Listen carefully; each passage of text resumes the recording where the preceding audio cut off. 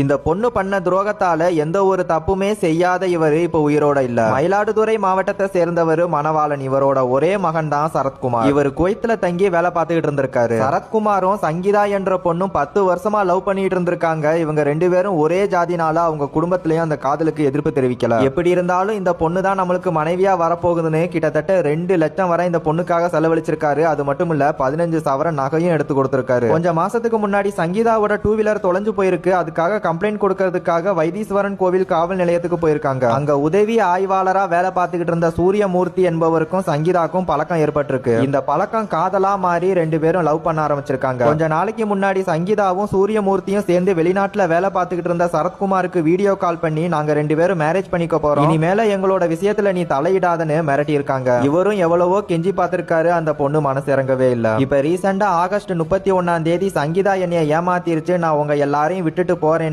தன்னோட ஃபேமிலிக்கு கால் பண்ணி சொல்லிட்டு இறந்தே போயிட்டாரு. இப்படி பண்ணாம அந்த பொண்ணே தலகுனிற அளவுக்கு வாழ்ந்து காட்டியிருந்தாருன்னா நல்லா இருந்திருக்கும்.